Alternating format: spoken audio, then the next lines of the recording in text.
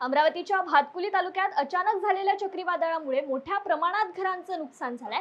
आसरा गावासह अनेक शेतामध्ये चक्रीवादळाचा जोरदार फटका बसला असून घरांची मोठी पडझड झाल्याने अनेक नागरिकांचा संसार उघड्यावर आलाय। बहुतेक ठिकाणी झाडे उन्मळून पडल्याने रस्ता बंद करण्यात आला असून चक्रीवादळात काही नागरिकही किरकोळ जखमी झाले। येथील जिल्हा परिषद शाळेची सुद्धा पडझड झाली असून उन्हाळ्याच्या सुट्ट्या असल्या कारणाने जीवितहानी टळली। या पार्श्वभूमीवर संकल्प शेतकरी संघटनेचे अध्यक्ष नितीन कदम यांनी नुकसानग्रस्त भागाची पाहणी करून नुकसानग्रस्तांना आश्वस्त केले।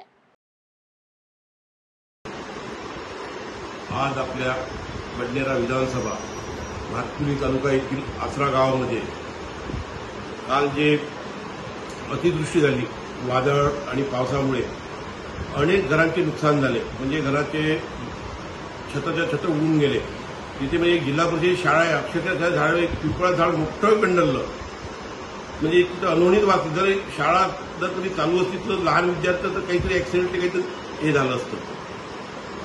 कारण की शेतकरी हा अति दुर्बल आहे आणि शेतकऱ्याची परिस्थिती आज नाही आहे। तर आम्ही गावामध्ये दौरा केला असता तर पाहायला तिथली परिस्थिती फार वाईट कंडिशन आहे। म्हणून प्रशासनाला माझी एक विनंती आहे की लवकरात लवकर प्रशासनाचे अधिकारी तिथे पाठवा आणि त्या लोकांना लवकरात लवकर मदत करा, ही माझी एक विनंती आहे।